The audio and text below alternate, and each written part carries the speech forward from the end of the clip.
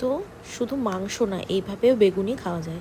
তো hello everyone, আজকে চলে এসেছি একটা পুজোর নেমন্তন্ন খাওয়া দাওয়া শিবরাত্রির।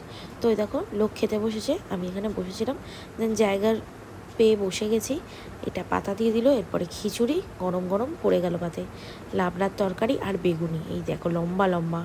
তারপর লাবড়ার তরকারি দিয়ে খেয়ে নিলাম, কারণ খুব জোরে খিদে পেয়েছে, সঙ্গে বেগুনি, আর ঘাম মুছতে মুছতে খাচ্ছি কারণ গরম, আর হচ্ছে বাইরেও গরম, খিচুড়িও গরম।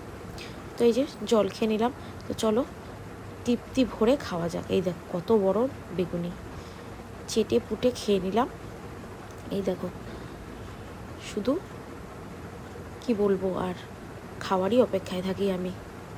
তো এই যে আমার পাত পুরোপুরি টোটালি খালি, গল্প করতে করতে খেয়ে নিচ্ছিলাম, জল খাচ্ছিলাম, তবুও খাচ্ছিলাম কারণ খেতে হবেই। তারপরে চাটনি, পায়েস, পাঁপড়, মিষ্টি, সন্দেশ পড়ে গেল। তো কেমন লাগলো ব্লগটা অবশ্যই জানাবে। দেখো পাত কিন্তু একদম নিট অ্যান্ড ক্লিন, বলতে পারবে না যে আমি খাওয়ার নষ্ট করেছি। তো যাই হোক, পাঁপড় খেতে খেতে এই যে পাঁপড় চোর চলে এসছে, এই যে পাপড় চোর, পাপড় চুরি করে খেয়ে নিচ্ছে।